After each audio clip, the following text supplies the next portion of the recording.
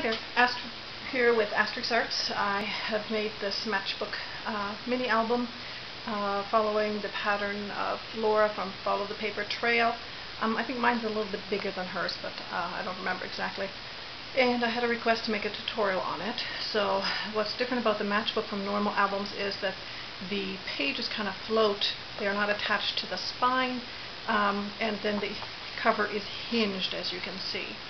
So, and in between the pages, and if you can see that, are pony beads held in together with a ribbon all together. So I will be showing you how to make that. This new album I'm making is for our dog, Pugsy, a little pug. Right, so I had gone ahead and started some of it. I have cut out the chipboard pieces. Actually, let me go over.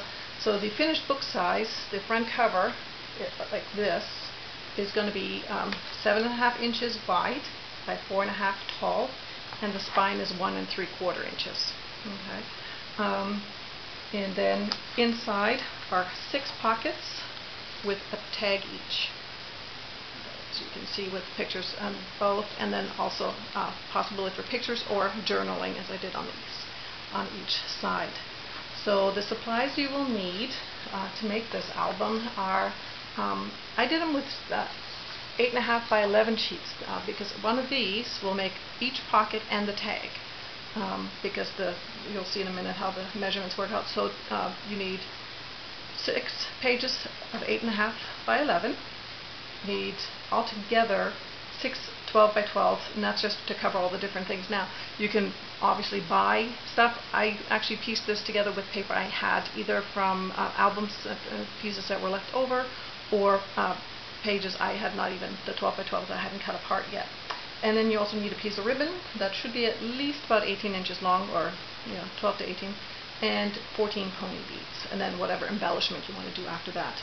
Supplies wise is actually very simple. You could get away with just a cutting mat, a ruler, and X-Acto knife.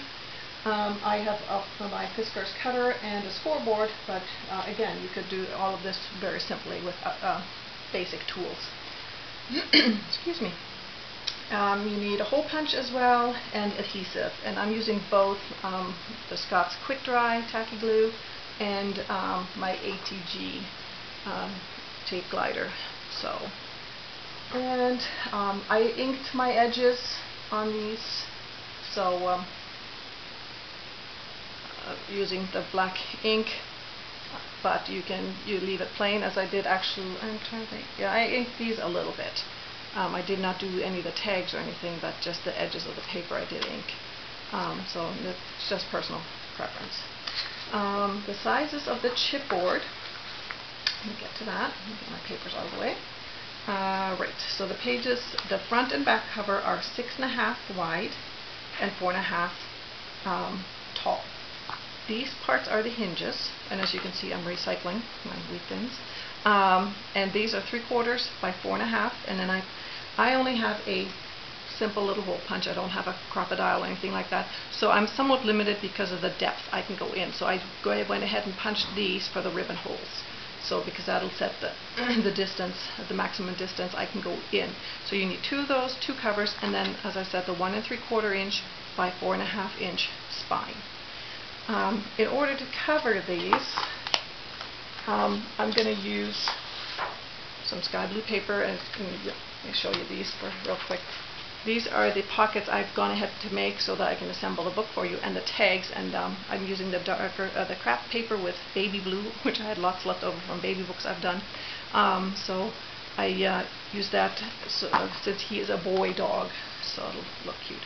So I'm going to go ahead and cut this in half, and I've already marked a little edge where I'm going to tape 2 strips together to make the cover. So let me cut this real quick, and then I'll show you that part. In order to cover the book, seeing as it's 4.5 inches, I made it 6 inches wide or tall, and then I'm going to glue these together and then cut it at the total length is going to be 18.5 inches, and you'll see in a second how those go together.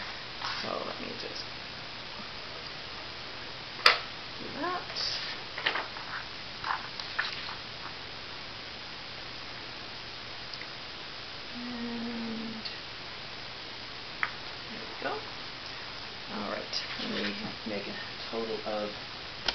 18 inches. Sorry, bumped the camera there. So this one I'm going to have to do by hand because my cutting board doesn't go to 18.5 inches. And I mean, it doesn't have to be extremely precise since it's going to be wrapped around the ends, as you'll see in a moment. So 12,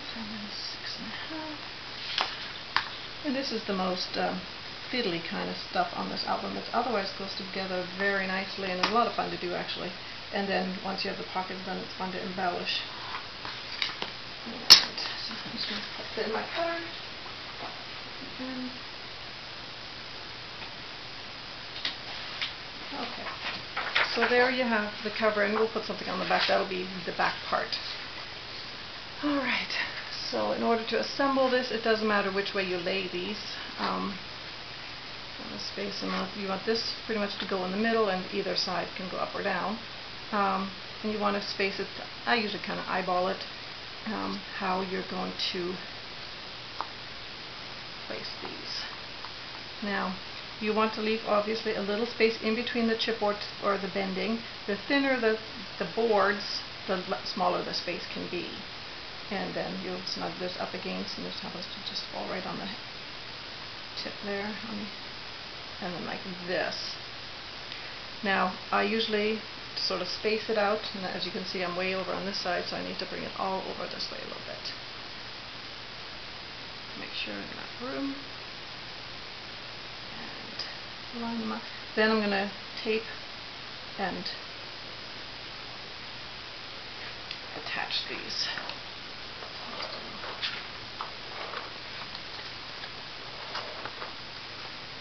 And I don't go too gung-ho with the tape on this since there's going to be plenty on the edges here once we attach the paper.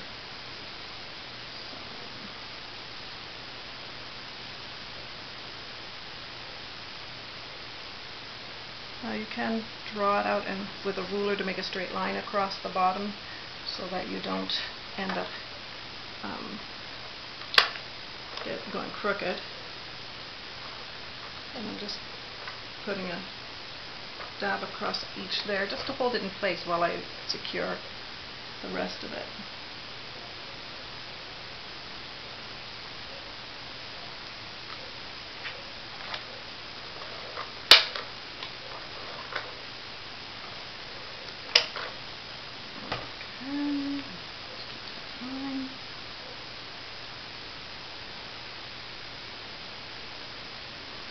And a couple more. That's where the ATG gun makes it nice and quick.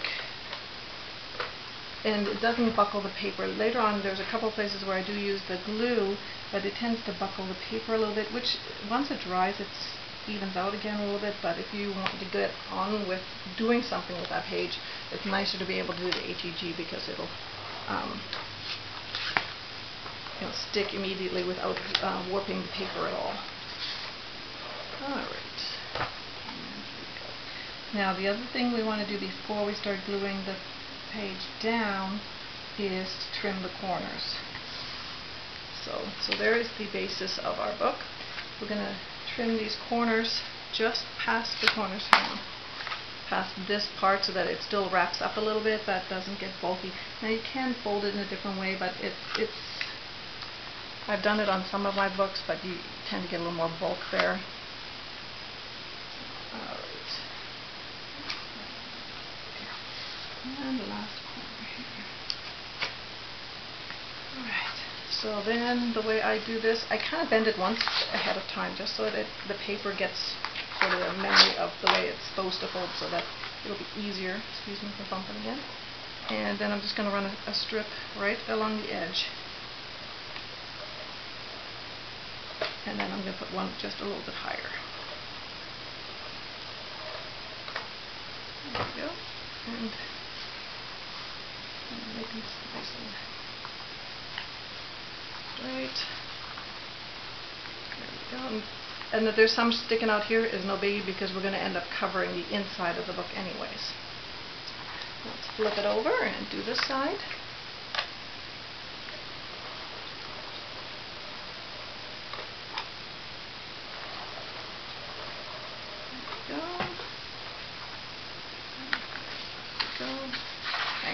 glue this to the edge.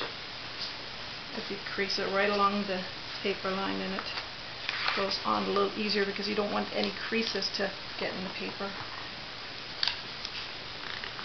Like that. Still happens sometimes. Alright, what I usually do is just with my fingernail kind of clip that little edge on the corner here, just so that they go in rather than popping out. And again, crease that over. And I'm going to strip it glue right there. And again, pop the nails in there just to get that started. And now you can do more there. And then I'm just going to start gently bending these because I want these to go in rather than buckling out. So if you hold them as you start bending them, because this one is actually going to go out this way, and then this one is going to go in. And same with this one. This one is going to go in, this middle one, and this one's going to go that way. Alright, so there you have the outside of the book. And then the back, and you can always just embellish that or put a piece of ribbon over it. To do the inner cover, I'm using this, and actually this part will be missing because I only need this part here, and I thought that was kind of cute with the butterflies. So let me go trim that. The paper for that is going to be 17 by 4.5, so I'm going to cut 2 strips of 4.5 inches, and then I'm going to cut the top off here first. And then I'll assemble that real quick.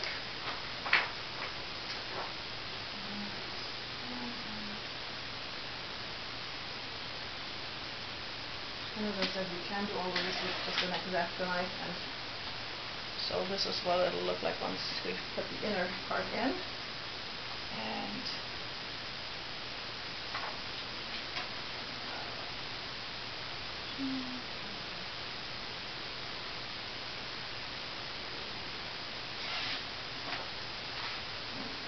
And the other thing is, by using the 8.5 by 11 sheets and then the 12s for the covering the maps and everything, I had very, very little scrap paper left over, so you don't waste a whole lot. Actually, you know what? Let's make this a little bit smaller. Forgot that we have the 1/4 inch, so I'm going to trim this off by another 1/4, so there's just 1/8 of an inch around like that. Sorry about that. Those little things you discover and when you actually go to do it. Alright, and again, I gotta glue these together, and then we'll attach. Make sure they're right side up.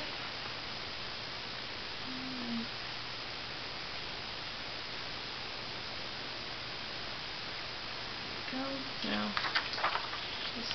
I have my cutting mat, so it's pretty much to trim it. Alright.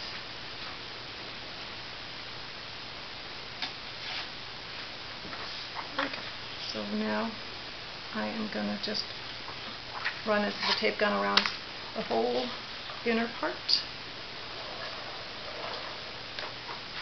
And I'm going to do one long strip down the middle just to make sure it sticks nicely. A couple throughout the center, because we don't want it coming up as you're turning the pages and stuff, or opening and closing the book. Okay. And that is the assemblage of the book, the cover. Alright, and so I'm going to start at one end and work over so that you don't get bumps.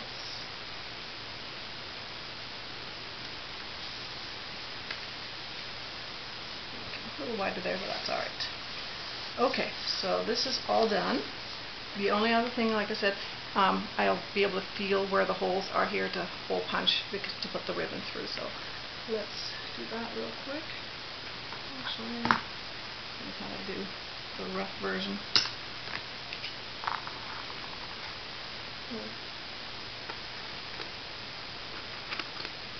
Holding it up to the light and marking where my holes are with my X-Acto knife. That way I can accurately read. There we go.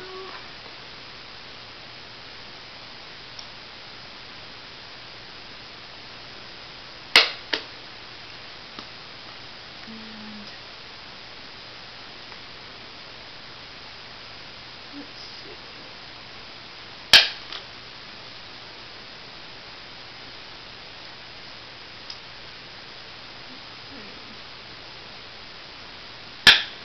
Alright, so there is the cover. Okay, now, in order to assemble the pocket and the tag, the pocket is going to be 6 inches long, including a 3/4 inch hinge. So I'm going to do, and it's 8.5 wide, so that works perfect. So I only need to make the one cut at 6 inches, and then I will show you how to score it for the folding. So 6 inches. And I'll do the tag in a second, but let me bring up my scoreboard here. And I have made a paper template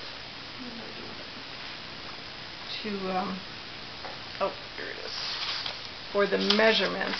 And so once you've cut it out, you'll score it and fold it, and then have the score down here for the hinge. So it's 6 inches wide. You're going to score at 2 1/8.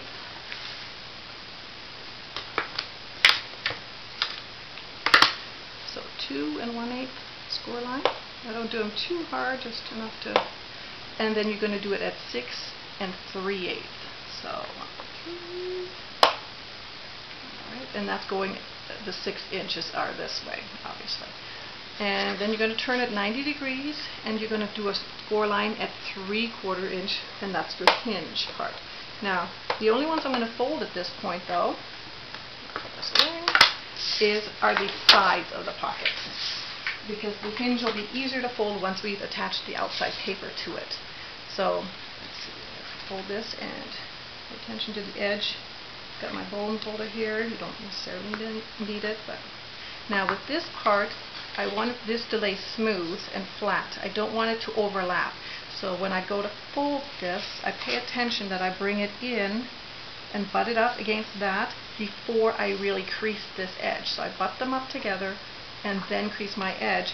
Now it may make the pocket poof out a little bit, which is fine. It makes it much easier to get your tags in and out. But you don't want this part overlapping, because then your paper looks lumpy. So nice and smooth there. And as I said, so if you can see, here is the edge. But right now it's kind of flimsy and stuff to fold it, so I leave it as is for now. Now here come the covers. So now this pocket here is 4 1/4 tall, and as I said, the whole thing is 6 inches long. Actually, why is it 6 1/4? And hang on, I need to do a little trimming here for some reason. I've got a little, oh, I know what I did. Just a touch. There we go. So 6 inches, but the actual pocket is only, 5 1/4 that the tag is going to go in. And so I've made these, they leave 1/8 of an inch all the way around. Okay, so their measurements are 5 by 4 inches exactly. And then, as you can see on this one, I've already inked this. Now, I know a lot of people use the Tim Holtz distresser and stuff. I tend to just like for the most part, I do every once in a while like the thicker borders, but on this I like just the thin accent, because in the end you're going to put pictures on here and stuff, and I just like the more distinct, I guess, blackness along the edges.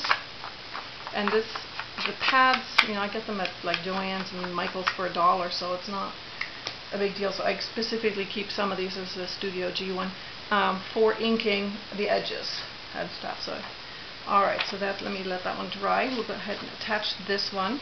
And again, with this, because of being fairly thin paper, I'm just going to use my ATG and attach this. Now I'm going to do the other side actually first, and I'm going to put a little on this side. I'm going to do a runner down the middle. Now, again, when I flatten this out, now I tend to, oh hang on, I was going to ink this as well because I did ink all the pockets. So let me ink that real quick. And it goes very quick with the ink pad. And of course I don't need to do this edge because you're not going to be seeing that because that'll be inside the book hinge.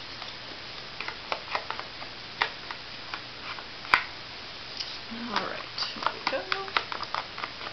As you can see, this actually goes really quick. Once you have the measurements figured out and everything, it comes together very nicely. Okay, so, and being right-handed, the way I like to fold things, even though the pocket opening is here, as I bring it down, I make sure they're flush and flat. And then I take my paper, and now if you have directionality to your paper, like one of mine did, you might want to pay attention to that you have the right side up. In this case, it doesn't matter. And then I'm just going to bring it in here about 1/8 of an inch all around. And now you have your sealed pocket. And see how it comes open a little bit, which makes it really nice when you have your tags, well, I'll show you next, to slip that in. Okay.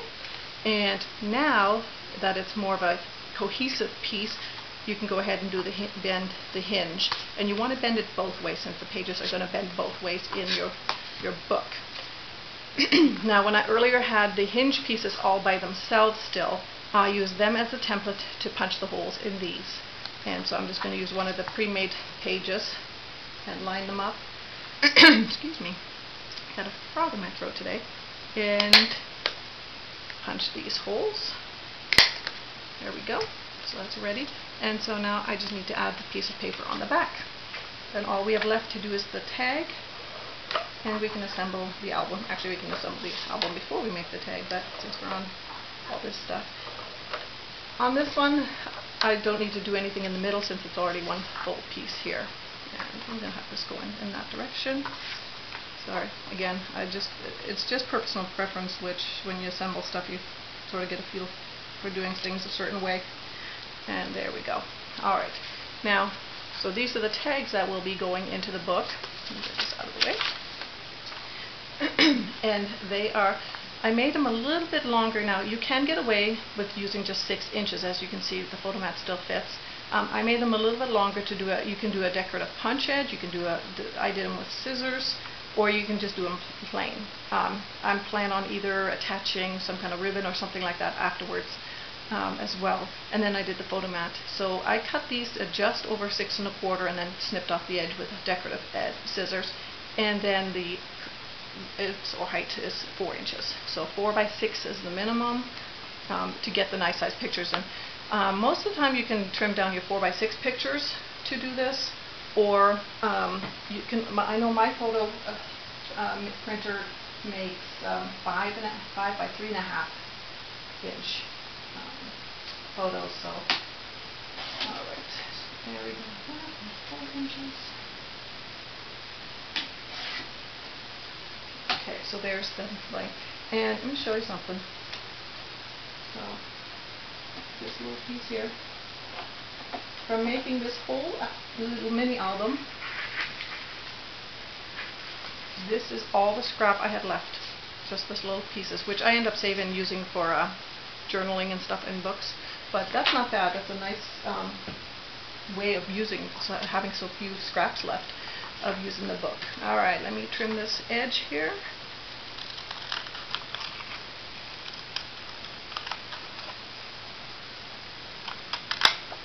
Okay. And we're going to ink this as well. Oh, hang on.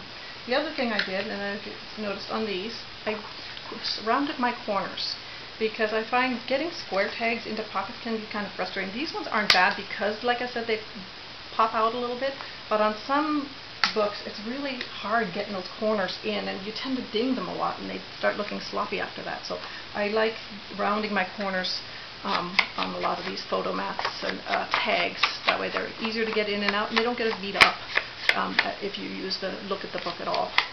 especially with kids that tend to be not as careful doing any of this stuff. Just bring it down a little bit. There we go.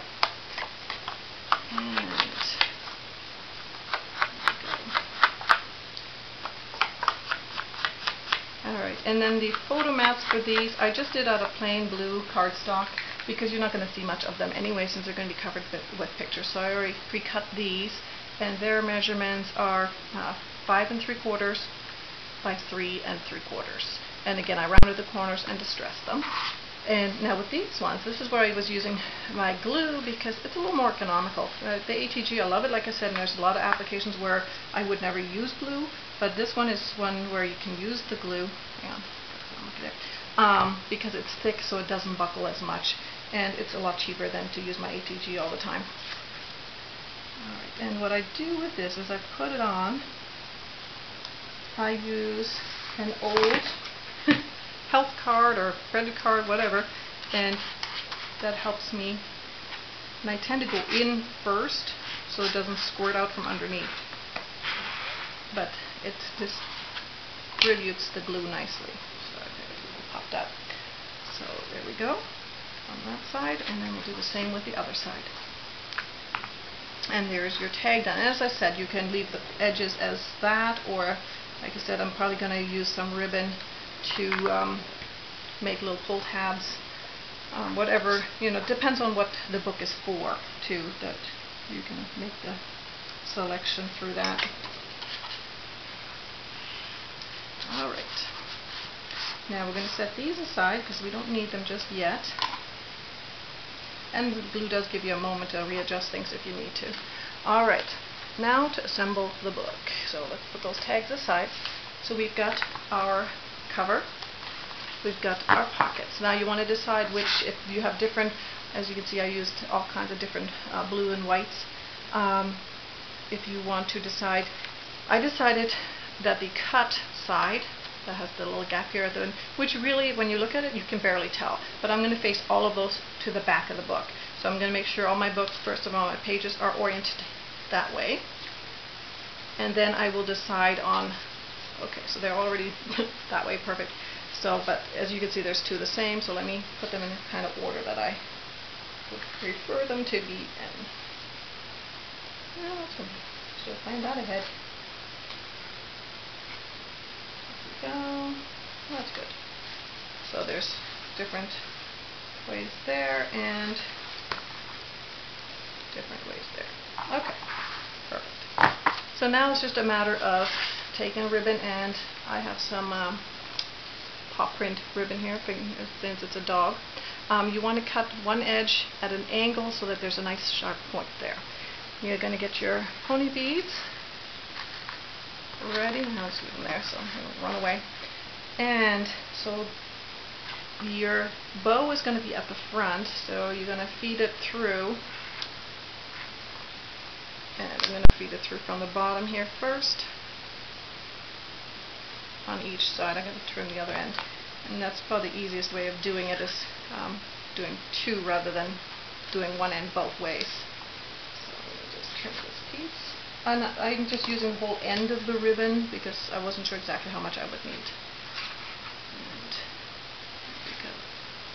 Now they tend to want to twist a lot, so it's just as you go kind of untangle it. So you can see the cute little footprints there. And so as I come up on the, even those out a little bit. So you're always going to do pony bead and then a page, and then a pony bead and a page. And again at this point, because I mean if you make a mistake it's not a big deal because you can just undo it and take it out. So there's my front cover. Okay, so I'm going to turn these this way since we're going from the back. And there we go. And I'm going to do the same on this side. And I just used plain white pony beads because that's what my daughter had in her bag. So I don't own any pony beads, but she has a whole stash of all kinds of beads, so I went through there and she was generous enough to let me use them. So as you can see now, there's a little gap between there and the back. So if you want to embellish your pages, you have lots of room to do that. with either the pages or the tags where they come together, or where you pull them out. So it's just a matter of putting all these through here. And I'll just do a couple more, and then I'll just show you the other side, how you finish it off. So there and there. And it's very forgiving. If you screw up one of the pages, all you have to do is undo the bow, take them out, and do it again. So it's not like you're gluing something down and you can't go back and fix it very easily or have to replace the whole thing. And you'll notice that your ribbon tips start to get a little frayed, so sometimes you may need to trim some of the excess frayed stuff off and get a fresh edge.